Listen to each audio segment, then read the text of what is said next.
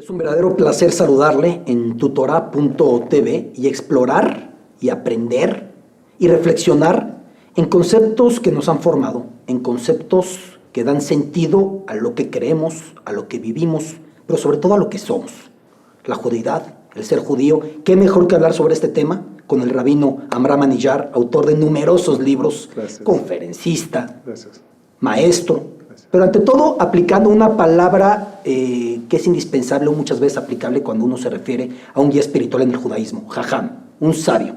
Gracias. Rabí, muchas gracias por su tiempo. Gracias, Alberto, por la entrevista, la reunión y la plática más que todo. Rabí, he conocido a judíos que son budistas, he conocido a judíos que son ateos, de hecho en Israel hay muchísimos. He conocido a judíos, y sobre todo los que crearon el comunismo, pues que refutaban a la religión en el dogma político, el dogma social mismo que estaban trazando, ¿no? La judeidad es diferente. No he conocido a musulmanes que me digan que son ateos, y tengo muchos conocidos musulmanes. No he conocido a cristianos ortodoxos o a católicos que me digan que son ateos. Al decir que son ateos están refutando la condición de la religión. Pero ser judío es mucho más complejo que una religión, me da la impresión. Religión, tradición, forma de vida. Mira, Alberto, el judaísmo tiene dos bases. Uno, provienen de una familia. Abraham, Isaac y Jacob es una familia. Descendientes, pueblo de Israel. Dos, a esa familia se le entrega un libro de Torah, que son el código de un judío, cómo vivir, en qué creer, etc. Existe la posibilidad que un judío tenga una de las dos, aunque el ideal es las dos, pero uno de las dos también es judío. Por ejemplo, uno que es de familia judía, mamá judía, pero no cree en la Torah, sigue siendo judío, no deja de serlo. ¿Por qué? Porque pertenece a la dinastía, a la familia de los judíos. Sin embargo, también existe la posibilidad que uno que no viene de estas familias, al convertirse y aceptar la religión, se hizo judío. Entonces son dos bases, familia y ley, que lo ideal es las dos, pero existe la posibilidad que con uno también es judío. Obvio, judíos tuvimos de todas las ideas, y la frase famosa, donde hay dos judíos, hay tres opiniones. O 4 o 5. No, hay tres, porque el segundo todavía no opinó. Y es de libre albedrío. Uno quiere ser judío comunista, uno quiere ser judío ateo, uno religioso, uno fanático, y encontrarás dentro de la familia judía cantidad de diferencias, un abanico muy amplio, desde religiosos que queman bandera, hasta gente que no creen en Dios y no creen en nada y asimila. Hay de todo, hay de todo. En ese abanico, yo creo que uno se tiene que ubicar y decir, ok, ¿yo qué soy? ¿En qué creo? ¿En qué no creo? ¿Qué para mí es correcto? Y yo opino que sin indagar, preguntar, discutir, uno no puede asentar su filosofía judaica. Muchos judíos ni se cuestionan. Ya soy el que soy. Digo, no, ubícate. ¿Qué opinas? ¿En qué estás de acuerdo? ¿Y en qué no? ¿Y por qué no? Porque además es una religión que da pauta para ese tipo de debate. Da pauta para pensar qué me gusta, qué no me gusta, por dónde sí, por dónde no. Por supuesto que habrá gente con un talante mucho más ortodoxo que diga, no estoy de acuerdo en que ese debate se lleve a refutar cosas esenciales. Sin embargo, la religión, el judaísmo, sí plantea que el debate es sano, que la discusión es sana. En el libro mío de Casados o Cansados, escribimos de que el éxito de una vida matrimonial, empiezo de ahí para pasar a lo que tú estás tocando, es la discusión. En un hogar debe de haber discusión. Porque si no hay discusión, podemos estar equivocados y no hay quien nos enseñe la otra cara de la moneda. En el Gabinete de Seguridad del Estado de Israel hay un abogado que su misión es llevar la contraria a la decisión tomada. Es el Contreras del grupo. Y le pagan por eso. Y si dijeron, es que hay que hacer, no hay que hacer. Es que mejor nos quedamos callados, no hay que hacer. Conozco muchos en México que podrían ejercer ese puesto, pero... La idea es enseñar al quien está opinando la otra cara de la moneda para que piense y analice su verdad, su opinión. O sea, si la mayéutica platónica invitaba a ir preguntando, la mayéutica socrática, a ir preguntando para sacar en la otra persona las nociones al cabo de muchas preguntas, aquí es también al ir refutando, al ir alegando de una manera respetuosa, evidentemente. Incluso, la base más grande del judaísmo se llama la halajá. Lo que hay, las leyes de lo que hay que hacer. Es el libro práctico del judaísmo, ¿estoy bien? Sí, hay que hacer esto, no hay que hacer esto. Sí. La base de esos libros está en un tratado talmúdico, el cual está lleno de discusión. Yo como niño, cuando empecé a estudiar, no entendía. ¿Por qué todo el día discuten? Claro. No, que así, no, que así. Y la respuesta es, nunca se puede llegar a la verdad si no hay una discusión. Te voy a contar una anécdota rabínica que ocurrió aproximadamente hace 1800, 1700 años. Había un rabino muy grande, se llamaba Rabbi Yohanan.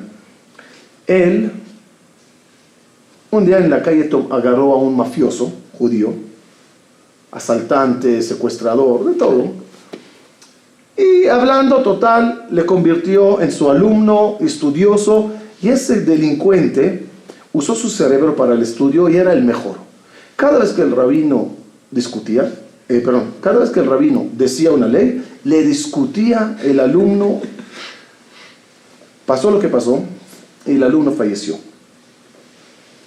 Y llamaron a otro que le reemplace. Solo que el segundo, en vez de discutir con Rabbi Yohanan, cada vez que este decía una ley, el otro la afirmaba. Estoy de acuerdo, estoy de esto.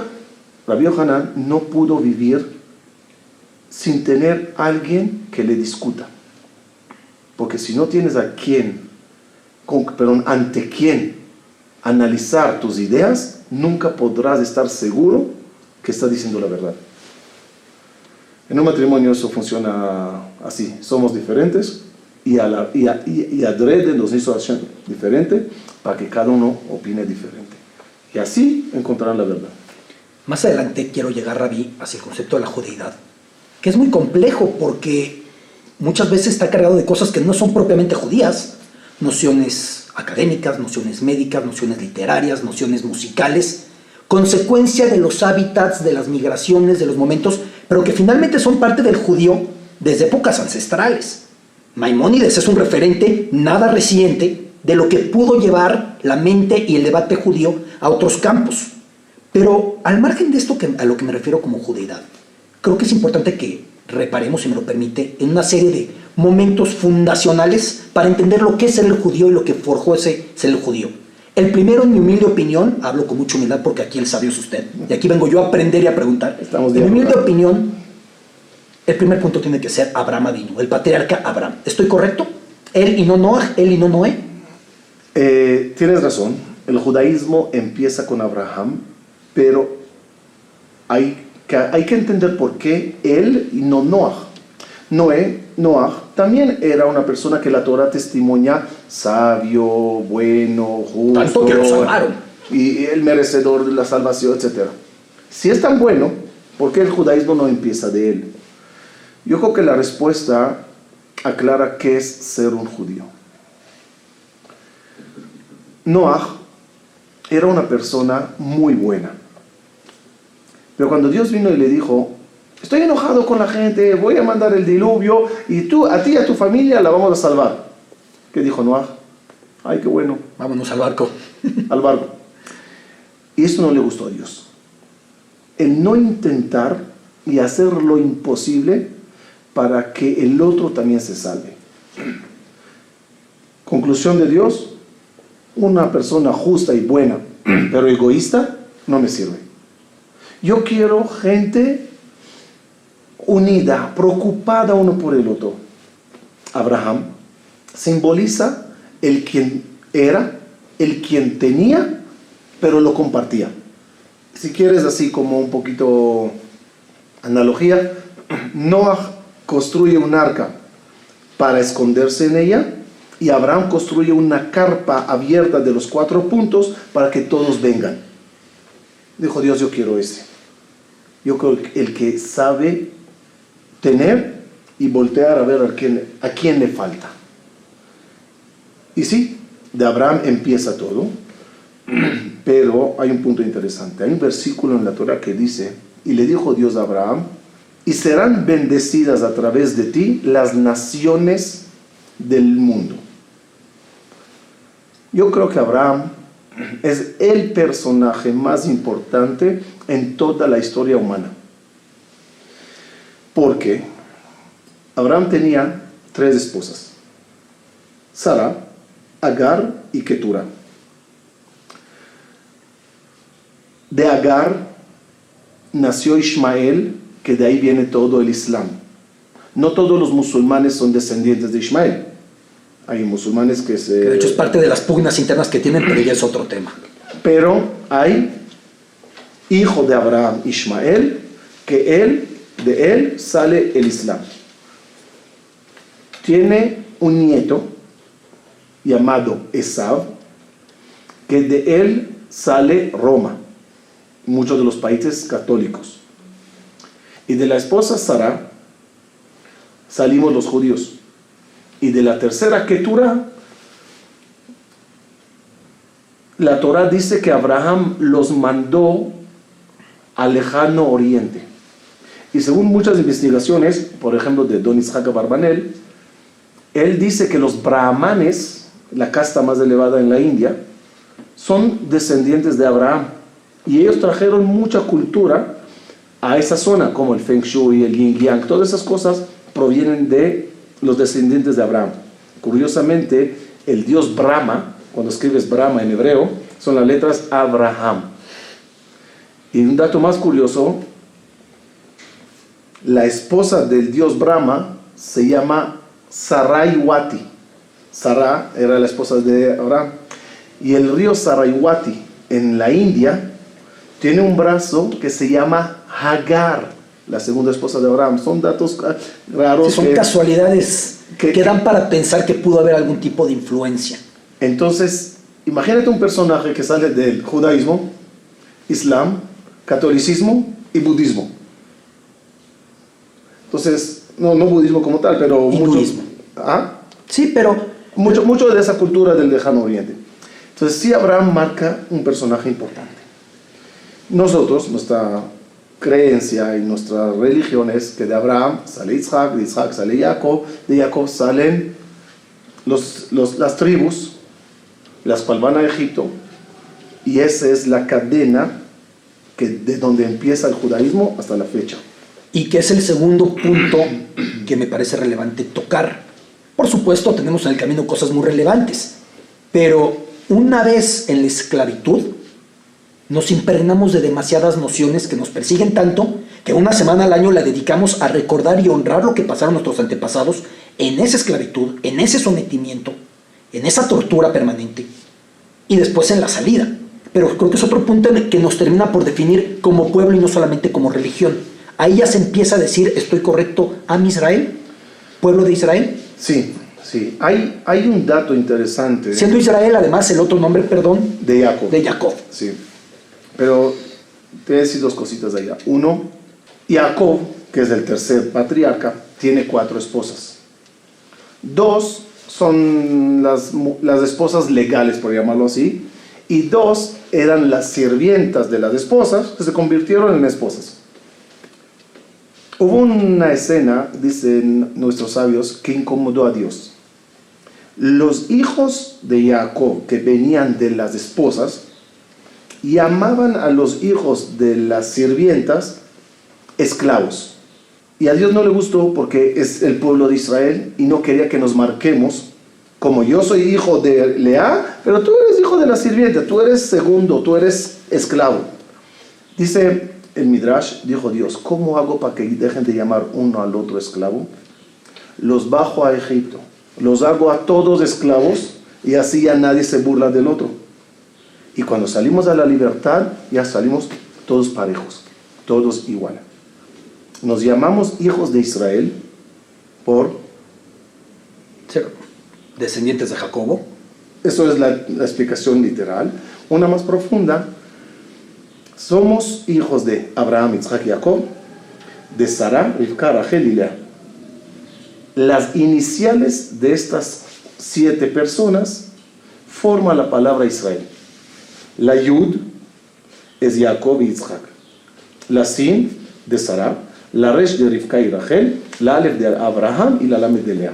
Eso significa Bene Israel.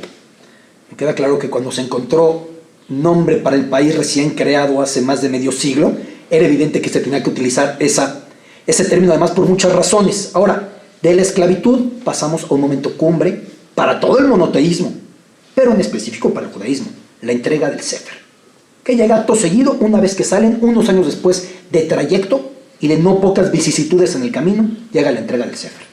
Exactamente 51 días después que salimos de Egipto, a los pies de la montaña Joreb, ahí Dios entregó la ley a través de las 2 tablas a Moshe Rabbeinu. Y ahí justamente yo creo que ahí está basado el judaísmo. ¿Qué es el judaísmo? Dios nos entrega 2 tablas, son 2 tablas separadas. No es una pieza con 2 columnas, no, son 2 tablas. 5 mandamientos en una y 5 mandamientos en otra. Los 5 mandamientos de este lado hablan de las obligaciones entre el ser humano y su creador. Los otros 5 mandamientos hablan de las obligaciones entre el ser humano y el prójimo.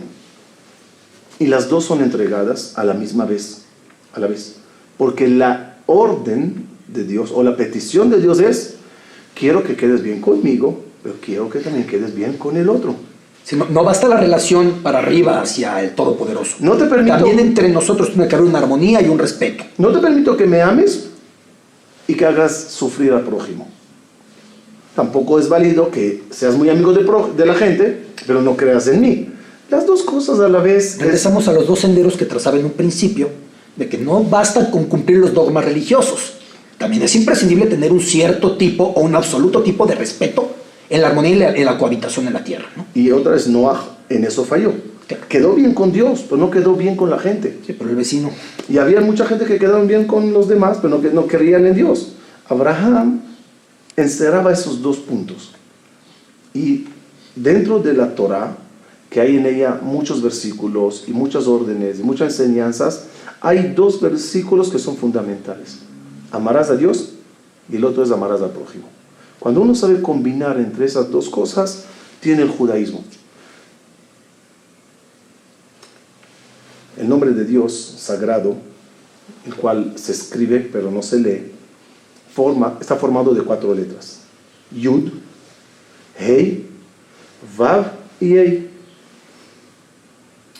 Y la pregunta es: ¿por qué esas 4 letras es el nombre de Dios? ¿Qué hay en esas 4 letras?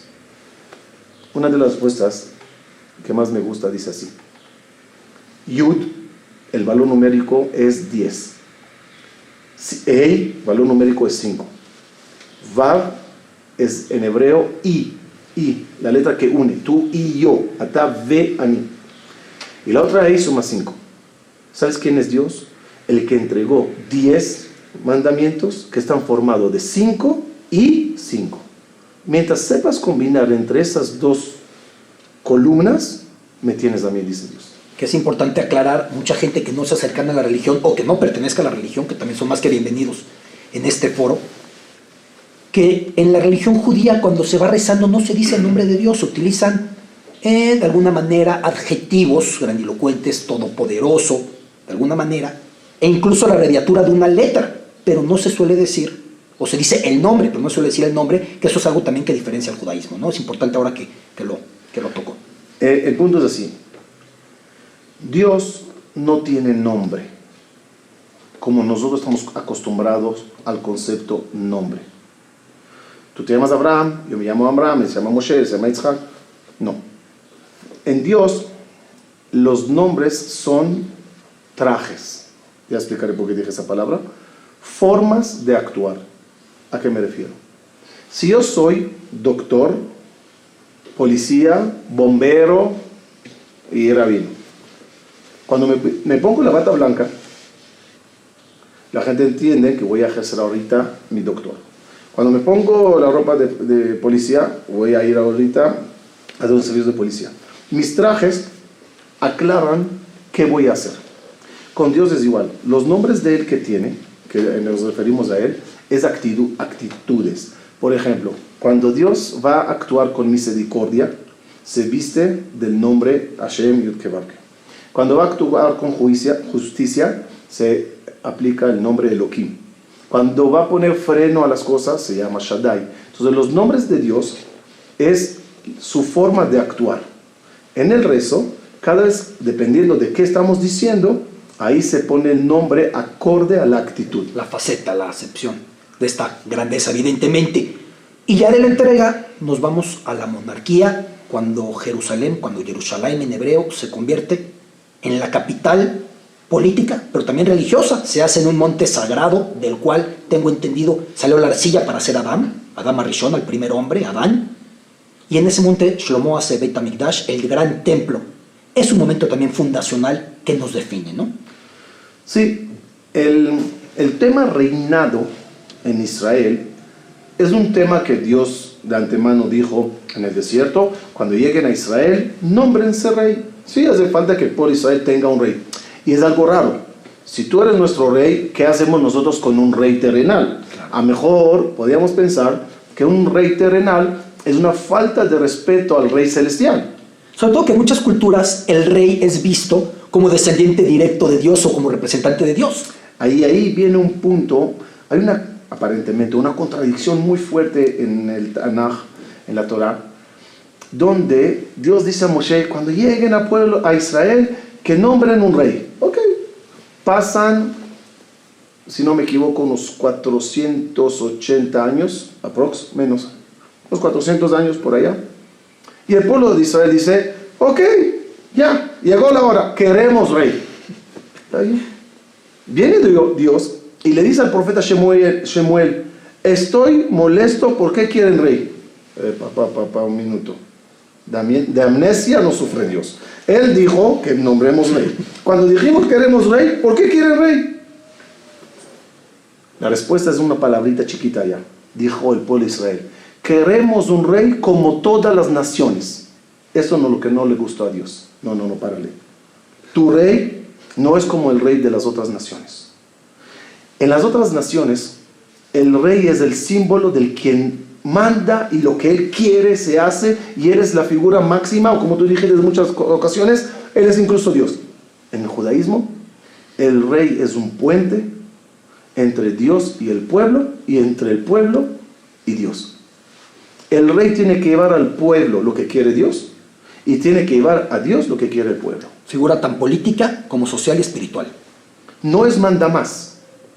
Por encima del rey hay un tribunal, hay leyes, hay un Dios, y él tiene que acatar las órdenes de ellos y dirigir el país en base a la ley y no en base a su capricho, cosa que lamentablemente no ocurrió al final con muchos reyes, pero la ideología de un rey judío era ese. Por eso siempre el símbolo del rey correcto es el rey David, el cual era lo que Dios quería, una figura ejemplar de lo que debe de ser un rey del pueblo de Israel.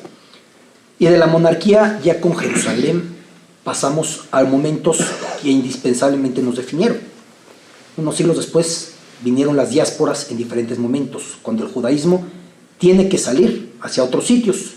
Y entonces aprendemos algo que para mí es determinante, corríjame si me equivoco, si exagero, que aprendimos a ser judíos y a hacer otra cosa, un darwinismo absoluto, un ejercicio camaleónico, a donde vamos sabemos adaptarnos, pero sabemos adaptarnos manteniendo los pies en lo que hemos venido siendo, defendiendo una cultura tan milenaria, definiendo una tradición tan milenaria, pero al mismo tiempo la prueba de que nos adaptamos es que los judíos sefaraditas tenemos una alimentación muy cercana a la fecha, yo soy tercera generación sefaradita en México, a lo que se come en el Medio Oriente, a Siria, donde venían mis abuelos, y el judío que llegó de Europa Oriental, de zonas de Polonia, de Europa del Norte, venía con otras nociones u otra cultura. porque terminamos por impregnarnos, pero esto siendo judíos al mismo tiempo. Creo que la diáspora influye mucho, abarqué muchos años en pocas palabras, pero creo que la diáspora influye mucho en lo que somos.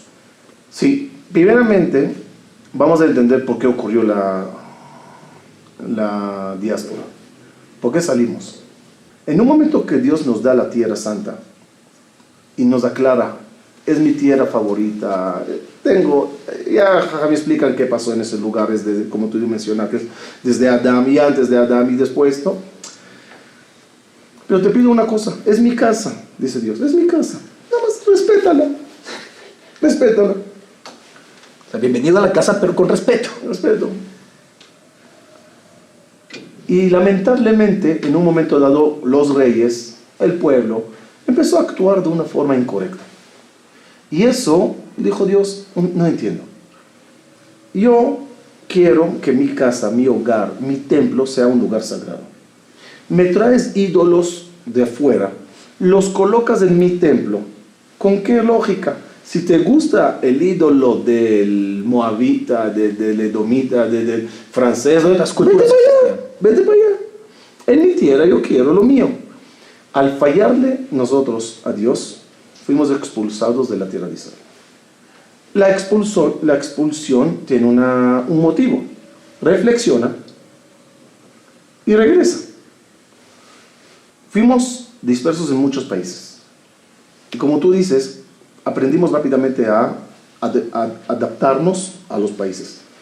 Yo creo que cuando se analiza los animales, por ejemplo, que desaparecieron, ¿qué animales existen hoy y cuáles desaparecieron?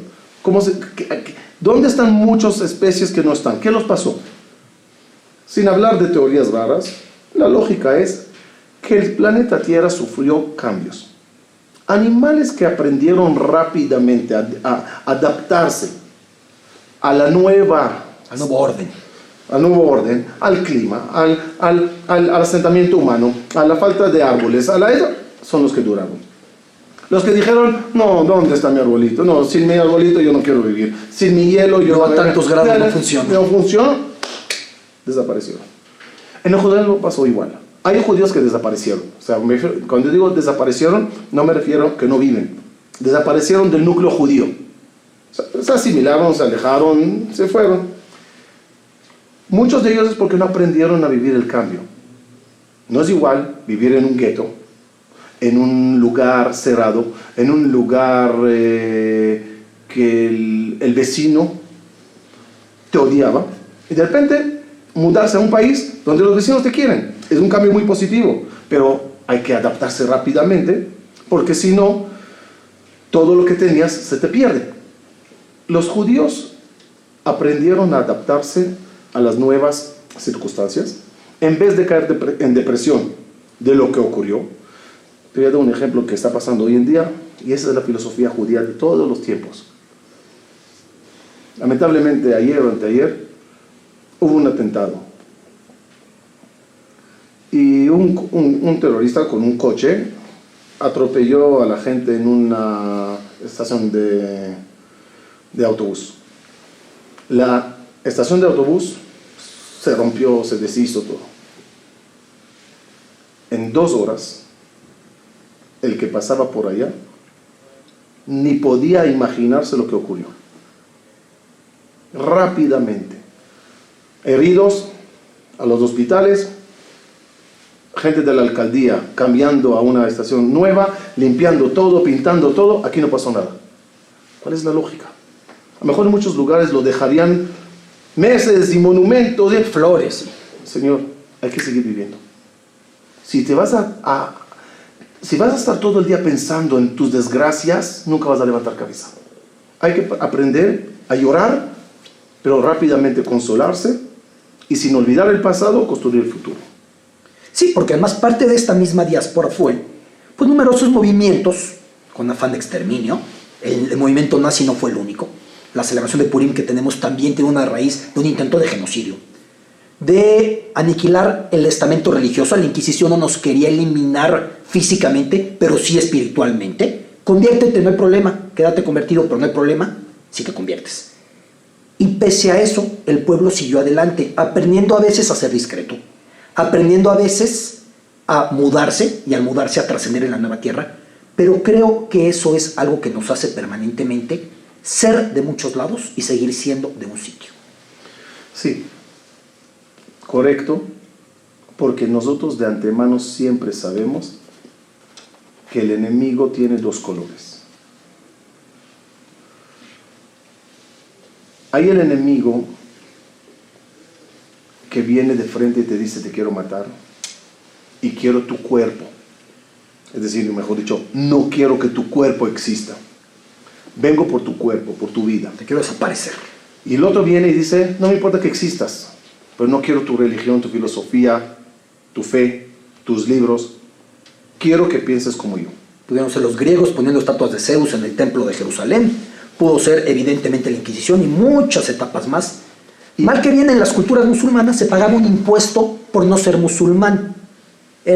Se podía mantener esto, pero hubo momentos en los que eso no era opción. Perdón la interrupción. Pero nosotros siempre sabíamos que a veces vienen por nuestra alma y a veces vienen por nuestro cuerpo. Hanukkah, como dijiste, vinieron por nuestra alma, nuestra esencia, nuestra filosofía. Purim vinieron por nuestro cuerpo. Y siempre el yudí tenía que aprender a defenderse, a cuidar su vida y su tradición. Que curiosamente, cuando dejan de perseguirnos, es cuando mayor asimilación hay. Claro. Lamentablemente. Dicen nuestros sabios, creo que lo escuché en nombre de Hatam Sofer, un rabino muy grande, que dijo así: el sol y el viento apostaron quién le quita el saco al Señor que caminaba en la calle. El sol dijo yo, el viento dijo yo. El viento empezó y mientras soplaba y soplaba y soplaba para volarle el saco de encima, el Señor más se abrigaba, más se agarraba. Se rindió el viento, vino el sol, sacó sus rayos calorosos. El Señor con una sonrisa se quitó el saco. El saco es del judaísmo. Cuando vinieron a atacarnos fuertemente, nos aferramos: no, mi judaísmo. Y de repente, cuando ya dejan de perseguirte, gracias a Dios. Claro. Pero de otro lado, la asimilación en Estados Unidos, en Francia, en todos los países, se incrementa mucho. Entonces ya no sabes qué clase de vida pedir. Que no me persigan y me asimile, o que me persigan, que es lamentable, pero me cuide. Qué bonito sería si podríamos combinar entre tranquilidad, claro, paz y cuidar la identidad. Sí, que sin duda la paranoia y la persecución son de los pegamentos que tiene esta cultura. Naturalmente que no se depende de eso, una cultura tan milenaria y tan amplia, pero son de los pegamentos que tenemos. Ahora, uno de los momentos cumbre, supongo que puede ser cuando Mendelssohn hace en Alemania una traducción, no sé si la palabra sea simple, de la Biblia. Dice: yo voy a poner este texto para que todos lo puedan leer, quizá impregnado de que el luteranismo en Alemania había decidido que la gente se acercara a Dios por sí misma y no a través de grandes templos o de grandes intermediarios. Y él hace esto. Es un gran paso que demostraba lo cómodos que estaban los judíos en Alemania, lo integrados que estaban a la cultura alemana, con precursores de la física, de la química, de la medicina, de la música, de cada departamento. Y en esa comodidad, cuando Mendelssohn hace esto años después, nos damos cuenta de lo que habíamos pensado que era un escenario idóneo, entre comillas, ¿no? Mira, no de balde, muchas de las ideas que él tuvo no cayó en gracia, por decirlo suavemente, ante muchas personas. Pero yo creo que el judío hoy, siglo XXI, no puede entender para nada qué clase de vida vivieron hace 100 años para arriba. ¿A qué me refiero? No creo que haya un judío que viva en cualquier país del mundo hoy en día que no sepa, por filosofía, el idioma del país. No es normal. ¿Tú te puedes imaginarte a ti, Alberto Lati, sentado viviendo en México y no hablando español? No existe. Antiguamente, esa era la filosofía. Claro. Especialmente en Europa, en los Ashkenazim. El judío no sabía adrede el idioma del país para que no se mezcle con el país, para que viva nada más de la mecanismo de defensa. Yo estaba en Polonia, en vez de cuando hacemos un viaje a conocer todo lo que ocurrió allá, y fuimos en Cracovia a un templo que se llama el Tempel. Yo cuando entro al Tempel, un lugar maravilloso, bonito, no capté el nombre, entramos. Cuando estoy adentro le digo al guía, ¿cómo se llama este lugar? Ese es el Tempel. ¿Tempel? Que yo sepa, eso es un templo que empezó la revolución y el alejamiento de la comunidad y el reformismo al final. Me dice, pues no, mira, las mujeres sentadas arriba, los hombres abajo. Dije, entonces explícame. ¿Cuál denota ortodoxia en el judaísmo? Porque hay secciones del judaísmo más reformistas que sientan todos juntos, pero eso implica que era una tradición ortodoxa. Lo que él me explicó me sorprendió mucho. Esto era el templo revolucionista, porque el rabino hablaba en polaco. Las conferencias eran en el idioma del país, algo que hoy en día es totalmente normal. El mundo cambió mucho. He pasado en las experiencias periodísticas que he tenido Pesaj y Yom Kippur en templos de Japón, de China, de Brasil, de Inglaterra, de Alemania, y en donde he estado ha sido en el idioma local. En Japón, por ejemplo, que había muchos judíos de diversas partes del mundo, sí aparecía amablemente el rabino y nos iba traduciendo de qué se trataba. Pero cantamos Manishtana en japonés, que Manishtana son las preguntas medulares de la celebración de la Pascua de Pesaj, ¿no? Pero esto es muy importante, el idioma del lugar al que vamos ya es indispensable. Es que ellos querían cuidar la identidad con un mecanismo que te obligue a quedarte dentro de la comunidad sin que te vayas fuera de él. Después las murallas se abrieron, por llamarlo así. Hoy en día, como dije anteriormente, disfrutamos la apertura y la libertad y la tranquilidad y el amor y el cariño del mundo, pero a la vez muchos judíos se asimilan y se pierden en el punto judaico de ellos. Y finalmente llegamos en este recorrido, que lo hicimos muy rápido, increíblemente, tantos años y tantos sucesos y tantas polémicas. 4000 años. Ni más ni menos.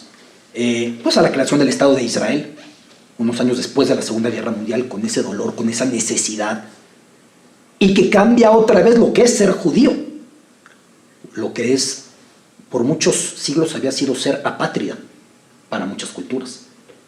Ya había una tierra, y era ni más ni menos que la tierra, vinculada a nuestros patriarcas. Mira, es una emoción muy grande que después de 2000 años de exilio, regresas a casa. El regreso no fue nada fácil. Las peleas políticas en la ONU y las peleas territoriales en la tierra de Israel. Pero estuve ahorita en las excavaciones nuevas debajo del Kotel. Unos túneles espectaculares. Está el túnel del Kotel y ahorita empezaron a profundizar y excavar hacia abajo. Y había en ese recorrido un momento que me entró un escalofrío, cuando el guía decía, señalaba arriba y enseñaba el piso de lo que es el patio del Kotel. ¿Okay? La explanada. Enfrente del Kotel, sí. O la explanada. Esa es la explanada del Kotel. Okay. Después bajaba y decía, esto es de la época,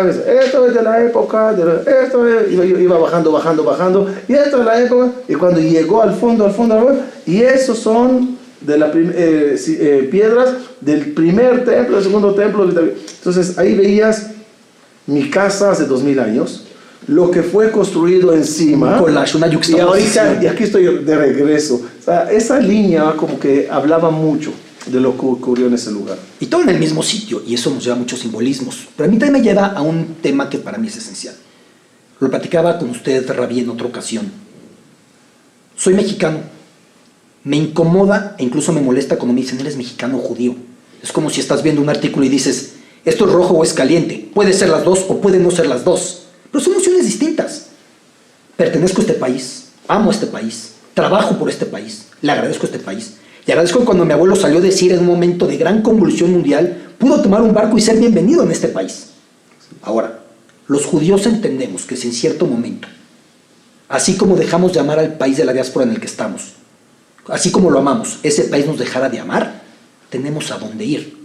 Hubo muchos judíos, millones, que amaban a la tierra en la que vivían, muchos otros no, muchos otros maltratadísimos, que no podían querer a tierras en las que eran sometidos de esa forma, pero muchos judíos que amaban esa tierra y que no tuvieron a dónde ir. Creo que eso es lo que cambia en la judeidad, sobre todo, desde que existe el Estado de Israel, que probablemente muchos no estén deseando irse para allá, pero tienen la opción de a dónde acudir en caso de ya no ser amados o bienvenidos en la tierra en la que tan felices como yo hoy en México soy.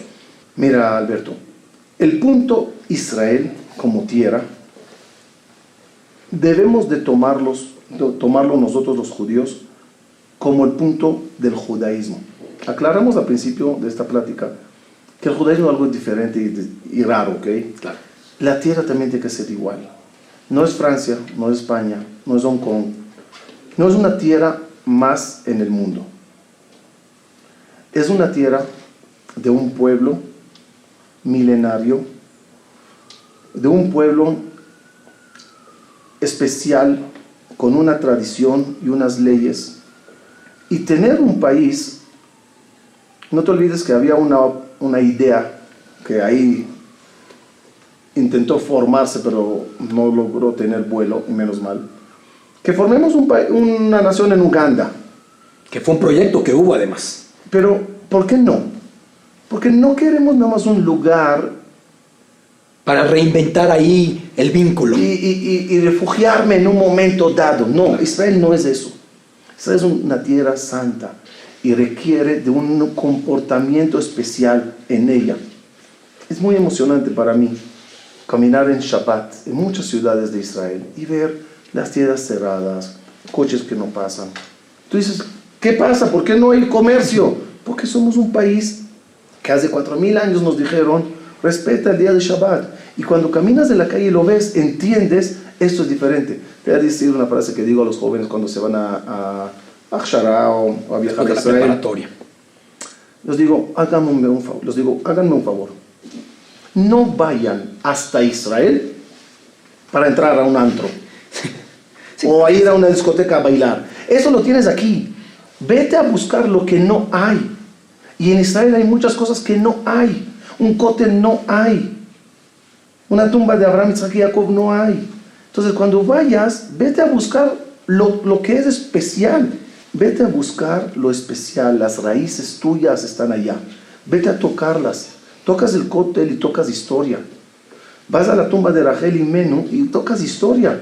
Que además es muy interesante porque se encuentra enclaustrada en territorio palestino con un túnel que permite su acceso. Sí, sí. Es muy interesante cómo se manejó, con mucha tolerancia además en ese sentido. Pero es un esfuerzo grande que hicimos como Estado para preservar las cosas que nos identifican como judíos y además de identificar la que son la razón por qué regreso para allá.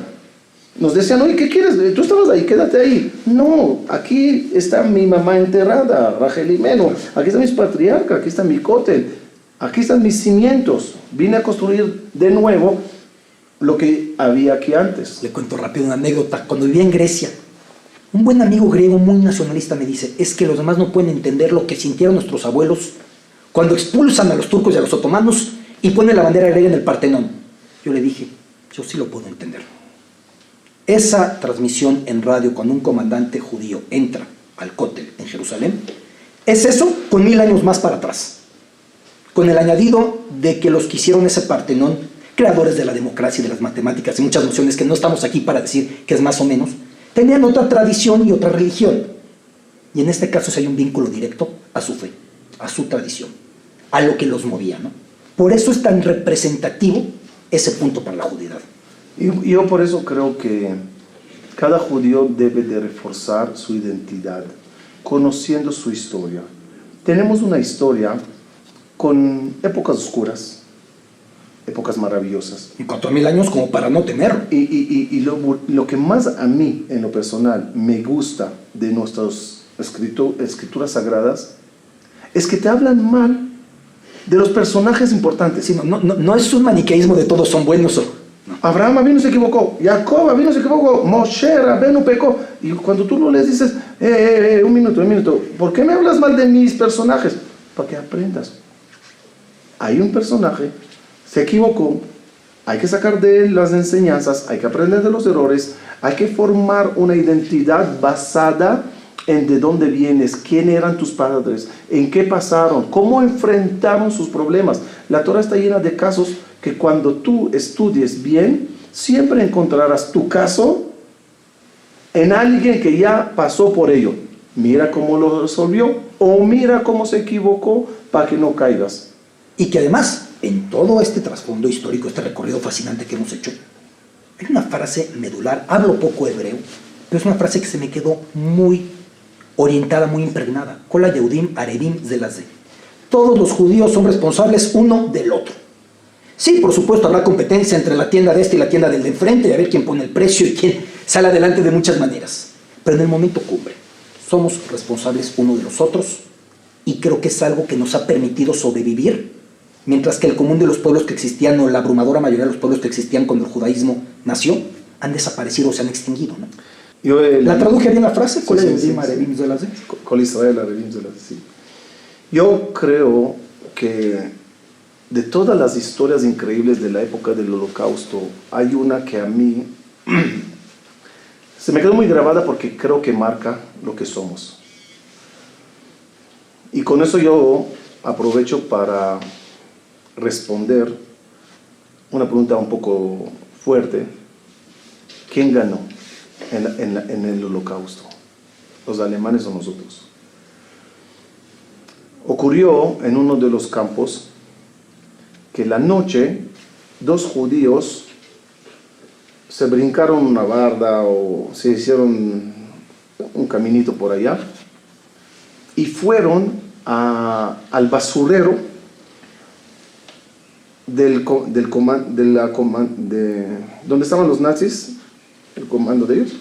Ellos comían y tiraban la comida en un basurero. Fueron al basurero a buscar ahí qué comer. En eso sacaron una cáscara de manzana.